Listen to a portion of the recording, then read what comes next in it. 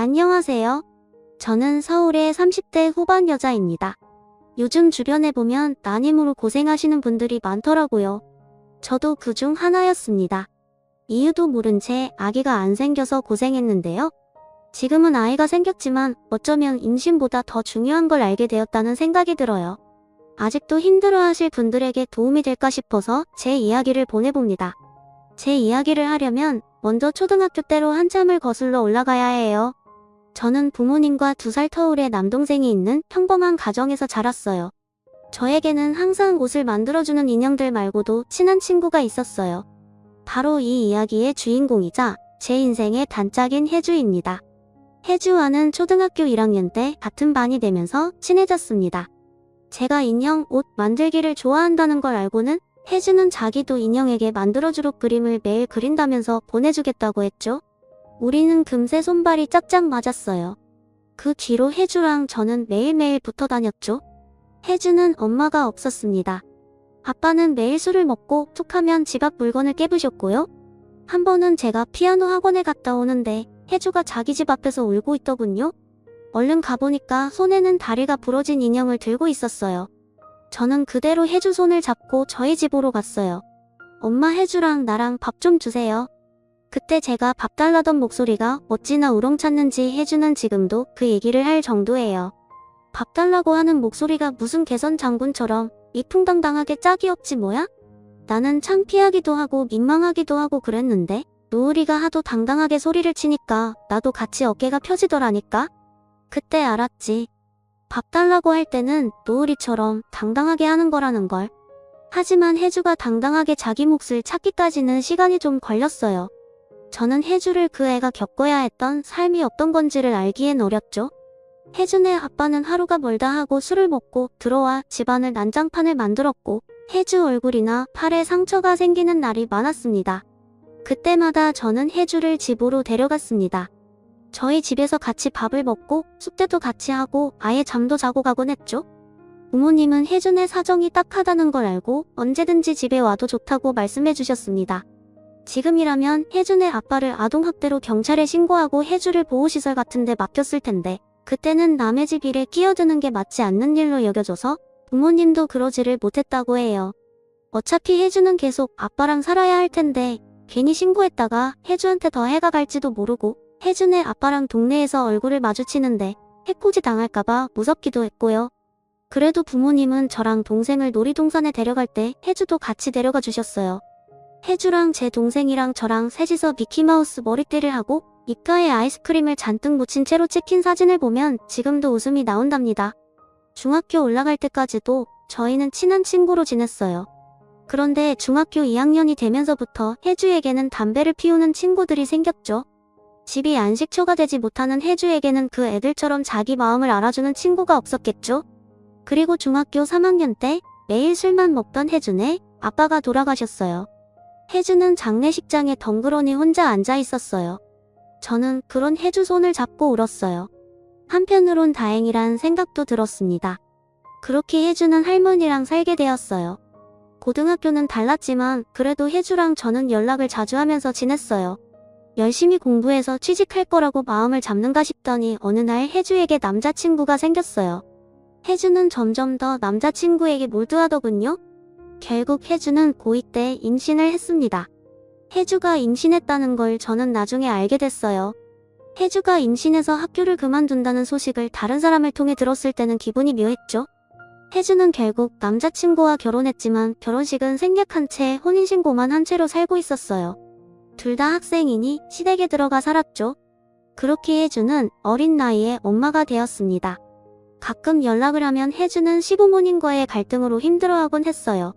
우리 시어머니는 나를 왜 그렇게 미워하는지 몰라? 내가 무슨 자기 아들 앞길을 막아? 밤새 아기 데리고 애쓰다가 겨우 잠들면 아침부터 들이닥쳐서 방꼬리 이게 뭐냐? 저 병 소독도 안 하고 엄마 맞냐 이러면서 난리를 친다니까. 아 진짜 내가 이 집에서 살다간 내 명예 못 살지.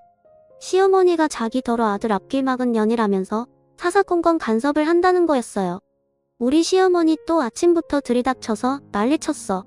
안 그래도 힘들어 죽겠는데. 진짜 하루라도 마음 편히 자고 마음 편히 밥 좀 먹었으면 소원이 없겠다. 애 가지고 결혼한 게 죄다 죄. 어제는 또 우리 남편이 뭐라 그러는지 알아? 나더러 관리 좀 하란다. 참 내가 누구 때문에 이러고 사는데. 아 그랬구나? 혜주야 근데 미안한데 내가 지금 동아리 모임이 있어서 가봐야 할 것 같아. 오늘 선배들이랑 다 같이 만나는 날이거든? 아이고 뭐 이렇게 바쁜지 모르겠네. 아 선배님 안녕하세요. 저도 지금 가보려고요. 힘든 마음을 털어놓을 대상이 없던 혜주는 저한테 종종 연락을 했지만 MT의 동아리 활동 등으로 바빴던 저는 혜주의 이야기를 들어주지 못했어요. 고부 갈등이란 게 새내기 대학생이었던 저한테는 너무 아득한 일이었죠. 노을아 나 왜 이렇게 가슴이 답답한지 모르겠어. 숨이 잘 안 쉬어져. 밤늦게 미안한데 이런 말할 사람이 너밖에 없어. 술 마셔도 속에 뭐가 얹혀있는 것 같고. 저기 혜주야 진짜 미안한데 내가 지금 내일 시험이랑 발표가 있어가지고 너무 바쁘거든. 오늘 밤 꼬박 세워야 해서 나중에 통화하면 안 될까? 내일 아니 내가 이번 주 지나고 전화할게. 저는 다음 주에도 혜주에게 전화하지 못했습니다. 졸업 준비에 대학원 준비에 정신이 없었거든요. 혜주랑 만났을 때도 그다지 공감대가 없다는 걸 느끼곤 했던 탓도 있었을 거예요. 그렇게 혜주와 저의 삶은 하늘과 땅만큼 멀어져 있었습니다. 혜주가 시댁 식구들과 복닥거리며 사는 동안 저는 대학원을 졸업하고 의류회사에 취직을 했어요. 대학원에서 만난 남자친구랑 같이 살다가 33살에 결혼도 했습니다. 혜주보다 15년은 늦게 결혼했네요. 그때까지만 해도 아기를 가지는 건 사정 때문에 미룬 거였지 이렇게 어려운 일이 될 거라고는 상상하지 못했습니다. 결혼식 당일은 정말 정신이 없더군요. 한 사람 한 사람 일일이 신경 쓰는 게 보통 일이 아니더라고요. 혜주는 금방 사라져버렸어요. 신부 대기실에 온 혜주를 보고 반갑게 인사를 했지만 다른 손님이 와서 인사하는 사이에 혜주가 사라져 대화도 제대로 못 나눴죠. 결혼식이 끝나고 한숨 돌리게 되어서야 혜주 생각이 났습니다. 혜주한테 신경을 못 써준 게 미안하단 생각이 그제야 들었습니다.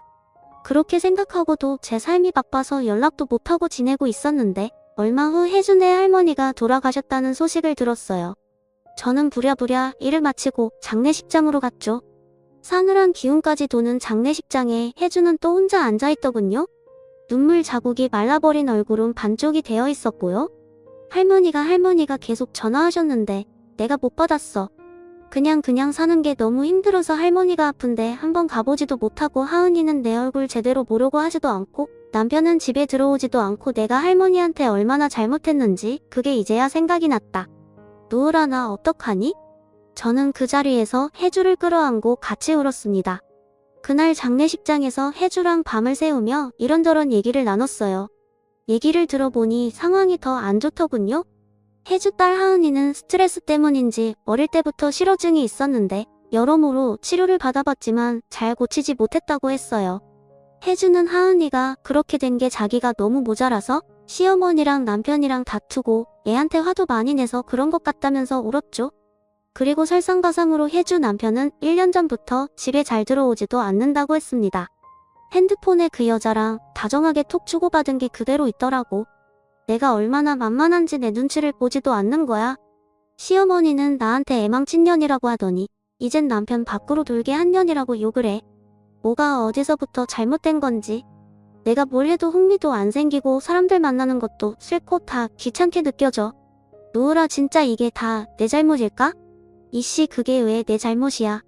남편이 바람난 게 마누라 탓이라는 사람이 제일 이상한 거 아니야? 애는 같이 낳아서 같이 키운 건데 왜 항상 모든 걸 내 탓으로 돌리냐고. 내 시어머니 뭐 어떻게 된 거 아냐? 그런 말 듣지 마. 내 잘못 아니야. 내가 다 잘하진 않았어도 내가 자책할 일은 아니라고. 그 주말에 저는 당장 혜주가 살고 있는 집에 가봤습니다. 그동안 혜주가 얼마나 힘들었는지 더 느껴지더군요. 그동안 얘기할 때도 없이 얼마나 힘들었어. 얘기할 사람이라고는 나밖에 없는 거 아는데. 그냥 이제는 관심사도 안 맞고 대화가 안 통한다고. 나 사는 것도 바쁘다는 핑계로 너한테 신경 못 써줘서 미안해. 저는 대학 선배의 지인 중 언어치료하는 분이 있어서 하은이가 언어치료를 받을 수 있게 치료사를 알아봐줬습니다. 하도 속이 상해서 치료비도 제가 다 내버렸어요. 그냥 그렇게라도 안 하면 자신한테 화가 날 것 같았거든요. 의욕이 없는 혜주를 위해 치료비 감면 받는 방법까지 알아봐줬습니다. 혜주야, 내 남편 말이야. 아무리 생각해도 헤어지는 게 나을 것 같아. 너한테 손까지 댔다며. 그런 아빠 있어봤자 하은이한테도 도움이 안 될 거야. 이혼하면 혼자가 된다고 너는 자꾸 그러지만 그 사람 이제 내 옆에 있는 사람 아니야.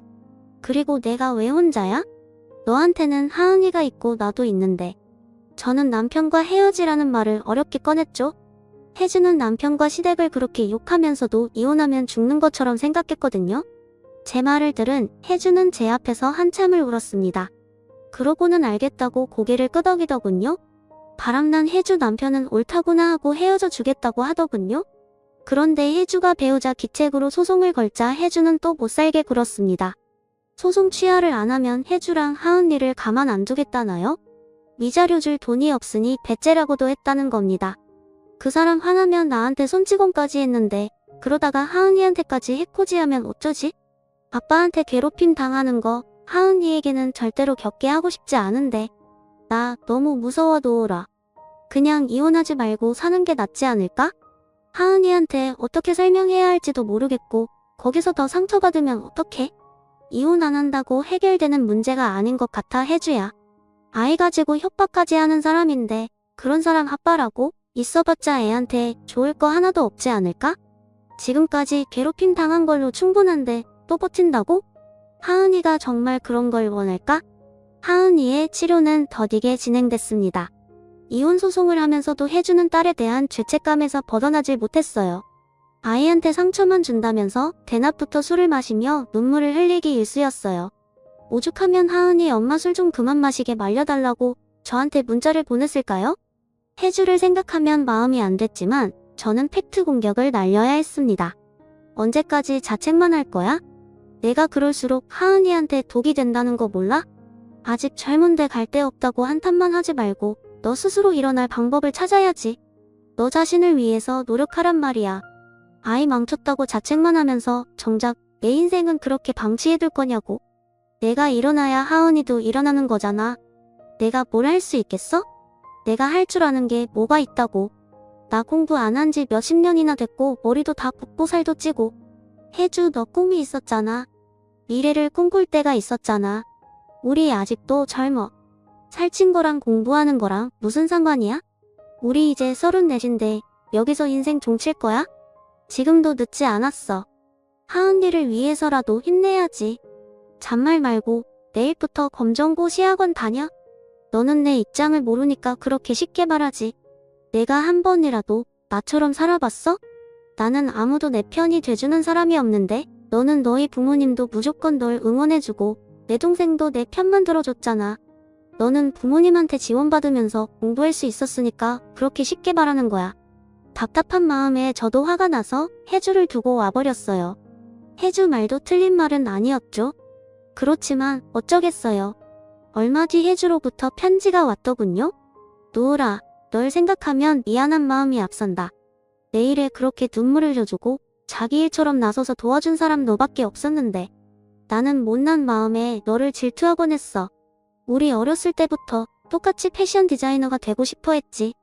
나는 대학도 못 가고 집에서 육아에 찌들어 있는데 대학생이 되어 옷도 만들고 반짝반짝 빛나는 내가 정말 부러웠어. 못난 나를 용서해 줄래? 내 말대로 내가 내 인생을 방치한 게 맞는 것 같아. 날 위해 화를 내주는 널 위해서라도 이제부터라도 노력할게. 혜주는 검정고시를 공부해 고등학교 졸업 학력을 따고 그 후로 방송통신대학에도 입학했습니다.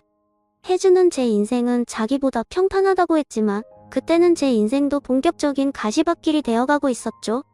결혼한 지 1년쯤 지나서 아기를 가지려고 무던히 애를 썼는데 잘 되지 않았어요.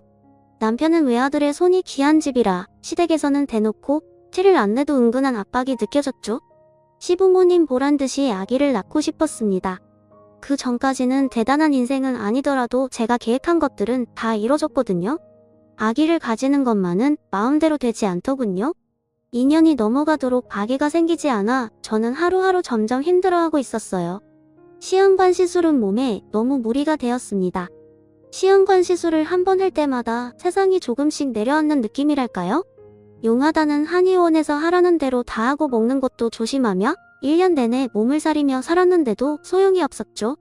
그러는 동안 혜주는 방통대에 다니며 전화 상담원으로도 일하고 있었어요.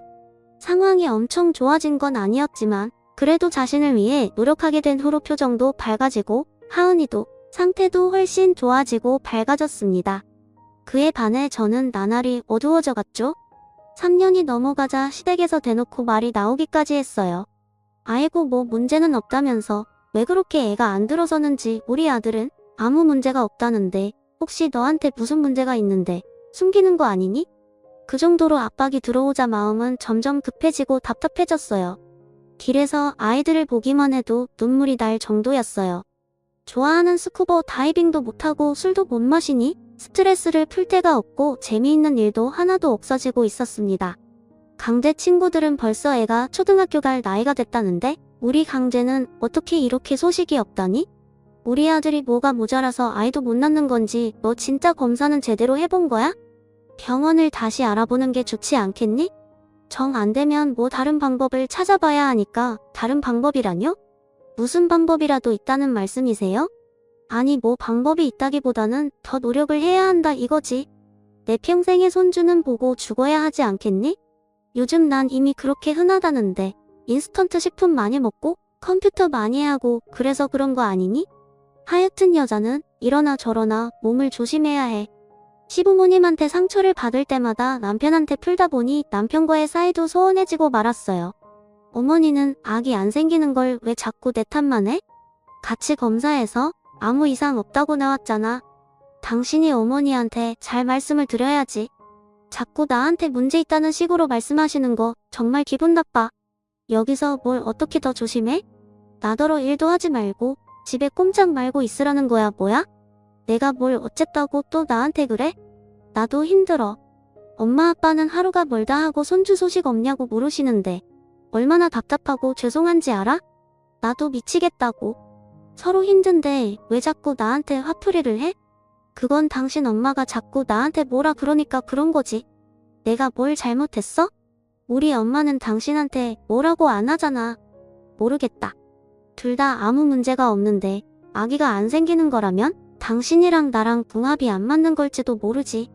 우리는 안 되는 걸지도 몰라. 당신 어머니 하고 싶은 말이 그거잖아. 아기 낳으려면 다른 방법을 찾아야 한다는 게. 무슨 말이 그래? 우리 엄마가 언제 그런 말을 했어? 당신이 베베 꼬아서 생각하는 거잖아. 없는 말을 만들어내서 나를 공격하면 내가 뭐라고 해? 우리 엄마도 답답하니까 그러는 거잖아. 그냥 놓친내 하는 말이다 하고 넘기면 안 돼? 자꾸 이러면 나도 힘들어. 남편도 저를 위로해줄 힘이 없었죠. 우리 부부는 그렇게 소진되어 가고 있었습니다.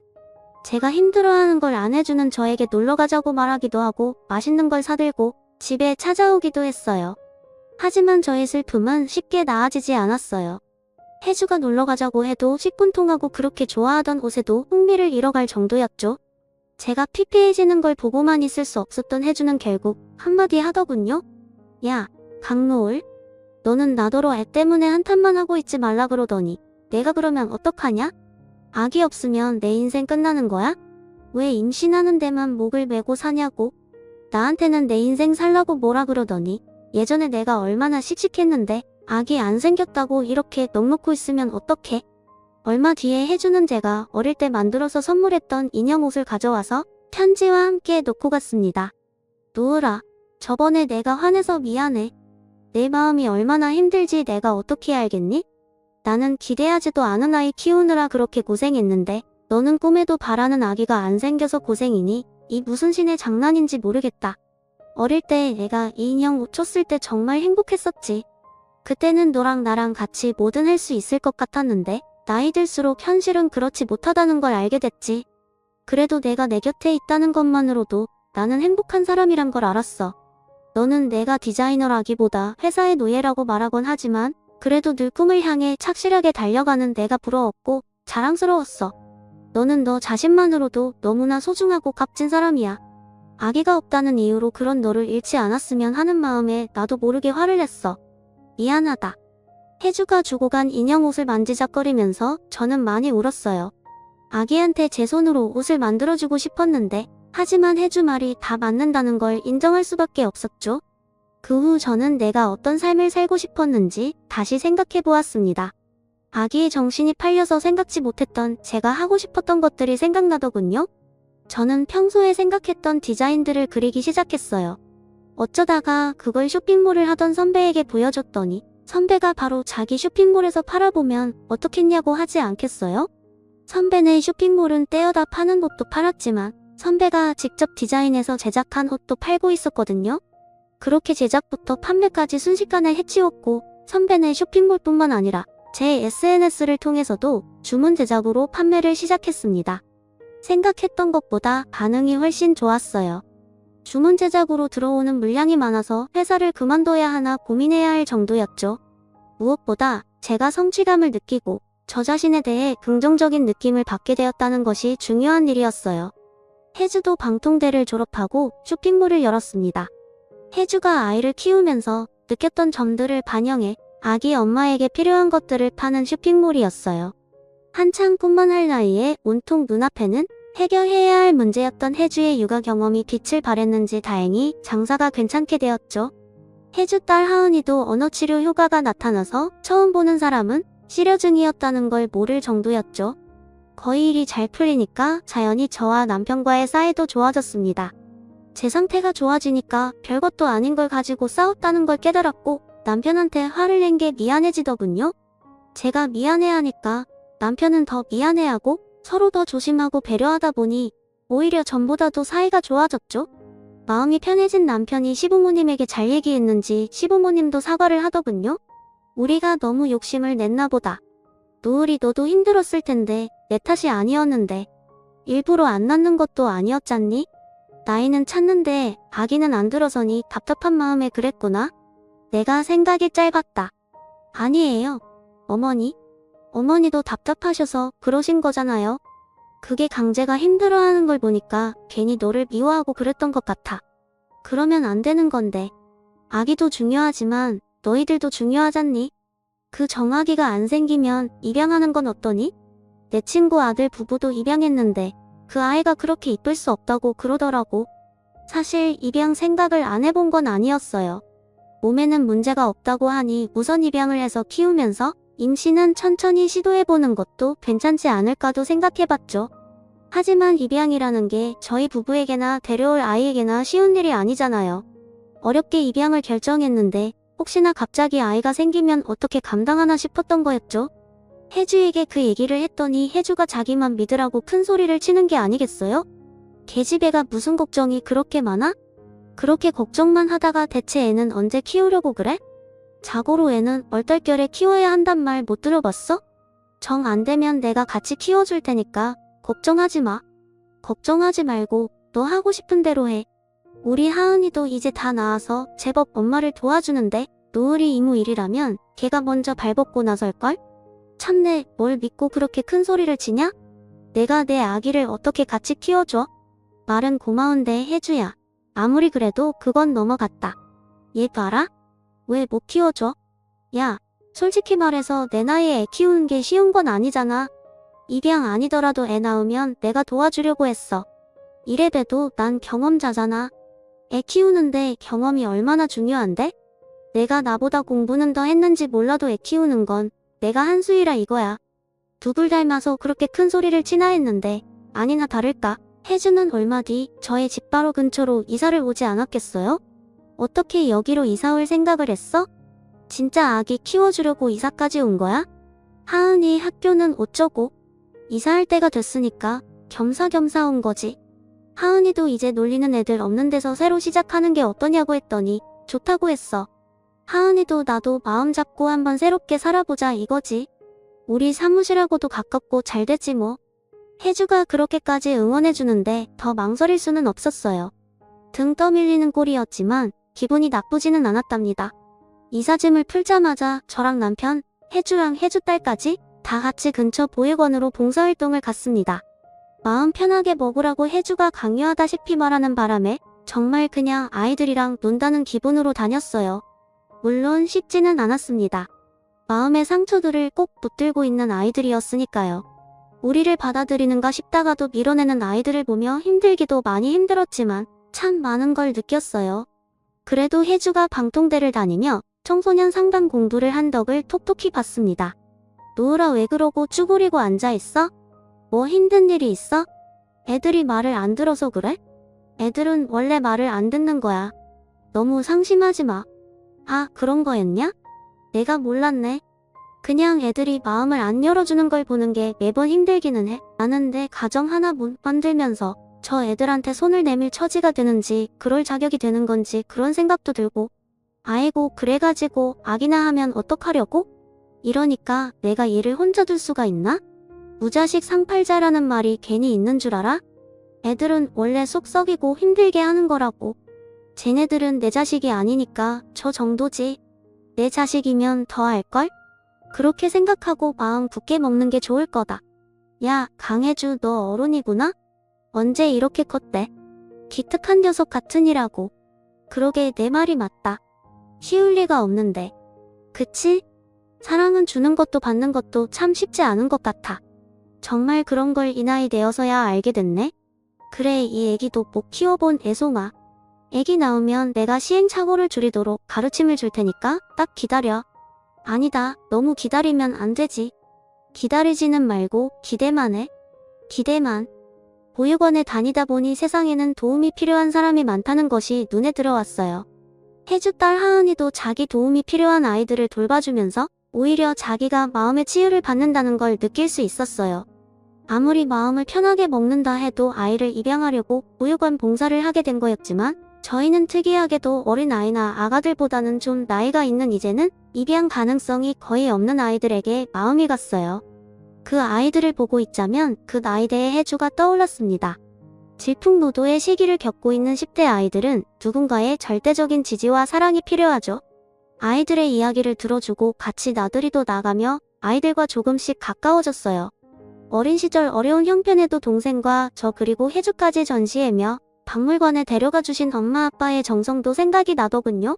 아이들을 다 책임질 수 있는 게 아니기 때문에 너무 급하게 가까워지지는 않으려고 했습니다. 아이들과 함께 시간을 보내는 것만으로도 위안이 되었어요. 봉사 아닌 봉사를 하며 아이를 키운다는 것에 대해 생각할 기회도 가졌습니다. 아이는 잘 키우려고 낳는 게 아니라 사랑하려고 낳는 거라는 말이 있더라고요. 어쩌면 사랑하는 법을 더 배우라고 우리에게 아이가 늦게 오는지도 모르겠다는 생각을 했습니다. 고민 끝에 저희는 하나의 부모가 되기보다 보육원 아이들을 널리 아우르는 후견인이 되기로 했습니다. 입양에 대해 양육에 대해 진지하게 고민해 본 끝에 내린 결론이었죠. 당신 진짜 괜찮겠어? 아무리 그래도 우리 아이 데려오려고 시작한 일인데 당신 아들 하나 딸 하나 키우고 싶다고 했잖아. 지금이라도 적극적으로 입양 준비하는 게 낫지 않을까? 나는 괜찮아. 노을아, 우리 아기 때문에 얼마나 힘들었니? 그래서 우리가 아기를 왜 가지려고 했는지 생각을 해봤잖아. 너랑 나 닮은 아이를 갖고 싶었던 거고 아이가 커가는 모습을 보며 기쁨을 느끼고 싶었고 부모님께도 혈육의 즐거움을 드리고 싶었지. 거기는 아이들 다 똑같이 사랑이 필요한 아이들인데 한 아이만 골라 데려온다는 게 도저히 납득이 안 될 것 같아. 그렇지만 어머님 아버님도 아직 기다리시는 눈치던데. 엄마 아빠랑도 얘기해봤어. 우리 얘기 듣더니 두 분도 가끔 와서 봉사하고 싶으시다고. 이러다 두 분이 입양하는 거 아닌가 모르겠다. 우리 마음 급하게 먹지 말고 사랑이 필요한 곳에 사랑을 주는 거라고 생각하자. 인연이 된다면 우리에게 아이가 올 거고 그게 아니라도 행복하잖아. 제 남편이랑 저도 아직 30대 중반이었지만 전기 때문에 아이들과 더 가까워질 수 있었어요. 저는 주문 제작받던 옷이 잘 팔려서 결국 회사를 그만두고 저만의 브랜드를 론칭하게 되었어요. 저는 보육원 아이들에게 제가 만든 옷을 하나씩 선물하기 시작했습니다. 아이들의 기뻐하는 얼굴을 보면 제 마음의 방도 조금씩 넓어지는 게 느껴졌어요. 그리고 입양은 정말 우연한 기회로 일어났습니다. 제가 아니라 혜주에게 먼저 일어났어요. 저희가 다니던 보육원 봉사를 하던 도중 알코올 중독 아버지에게 학대받다가 아버지가 돌아가셔서 들어온 5살짜리 여자아이 윤혜가 있었어요. 윤혜는 누구에게도 마음의 문을 열려고 하지 않았습니다. 말도 안 하고 다른 아이들이 노는 걸 겁에 질린 강아지처럼 쳐다보기만 했죠. 그런 윤혜의 마음을 제일 잘 아는 사람이 있었으니 그건 바로 혜주였어요. 혜주랑 윤혜가 같이 있는 모습을 보면 나이 차를 넘어서 꼭 소꿉 장난하는 친구 같다는 느낌을 받고는 했어요. 서로의 마음을 가장 잘 이해하고 서로를 치유해주는 그런 친구였죠. 원래 5살 정도 되면 이미 자기의 습관이 생겼기 때문에 입양하는 데까지 엄청난 시간과 노력이 소요되기 마련이거든요. 그런데 혜주랑 윤혜는 마치 원래부터 가족이었던 것처럼 자연스럽게 서로를 받아들였어요. 말수가 많지는 않아도 이제는 할 말은 다 하는 혜주 딸 하은이도 동생이 생기는 걸 아주 반겼죠. 하은아, 동생 생겨서 엄마 뺏길까봐 걱정되고 그러지는 않아? 윤혜가 집에 오면 아무래도 내 엄마가 윤혜한테 신경을 많이 써야 할 텐데 하은이가 섭섭하지 않겠어? 이모도 참 동생인데 섭섭하긴 뭐가 섭섭해요? 윤혜가 얼마나 귀여운데 저번에 데려다가 자니까 외롭지도 않고 얼마나 좋았는지 알아요? 우리 집은 항상 허전했는데 윤혜가 오니까 뭔가 따뜻해지는 것 같던걸. 그리고 나도 고등학생인데 동생 질투는 할까봐. 노을이 이모는 동생한테 질투했어? 그러니? 이모는 약간 질투했던 것 같기도 하고. 사실 내 동생도 귀여웠어. 얄미울 때도 있지만 혼자서 컸다고 생각하면 되게 외로웠을 것 같아. 가끔은 미울 때도 있지만 그래도 다들 곁에 있어줘서 외롭지 않았지. 하은이는 요즘 수아랑 친하게 지내는 것 같더라. 아, 맞아. 요즘 수아랑 얘기하는 게 제일 재밌어. 수아도 나처럼 어렸을 때 사람들하고 말하는 게 무서웠대. 그런데 지금은 말이 너무 많아서 문제라니까? 근데 이모 수아가 그러는데 노을이 이모가 제일 예쁘대. 노을이 이모는 옷도 잘 만들고 얼굴도 예쁘고 애들이랑도 잘 놀아주는 게 천사 같아서 이모처럼 되고 싶대. 진짜로? 내가 예쁘대? 아이 참, 어떻게 알았지? 나의 매력에 너무 빠지면 안 되는데 어떡하지? 하은아, 수아한테 이모의 매력에 너무 빠지지 말라고 말해줄래? 아, 왜 이래? 하고 싶으면 이모가 직접 하셔. 수아는 하은이랑 동갑인 여자아이였어요. 어렸을 때 말더듬이 있어서 파양당한 경험이 있었지만 밝고 따뜻하게 커주었던 것이죠. 수아는 주변을 잘 챙기는 싹싹한 아이였습니다. 보육원에 다니면서 가장 기쁠 때는 아이들에 대한 진심이 통했다는 생각이 들 때였죠. 수아가 저를 예쁘다고 하는 것도 제 마음을 알아준다는 소리 같아서 참 기뻤습니다. 브랜드를 키우랴, 아이들을 챙기랴 정신없는 나날을 보내느라 아기에 대해선 한동안 잊고 있을 정도로 바빴습니다. 인생에서 중요한 일들은 기대하지 않았을 때 찾아오는 경우가 많죠. 아기를 가지려고 노력하는 사람들도 하다 안 돼서 포기하면 그제야 아기가 찾아온다고 하잖아요. 저희도 그랬습니다. 그날은 유난히 더운 여름밤이었어요.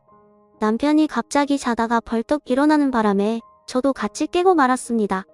당신 왜 갑자기 자다 말고 일어나고 그래? 무슨 일 있어?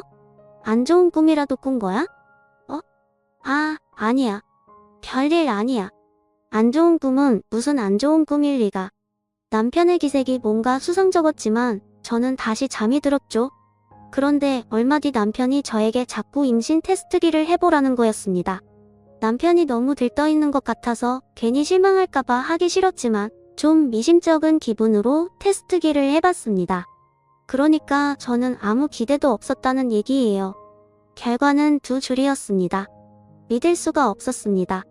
드디어 저희에게도 아기가 찾아온 거였어요. 남편은 왠지 남자아이일 것 같다고 허언장담을 했죠.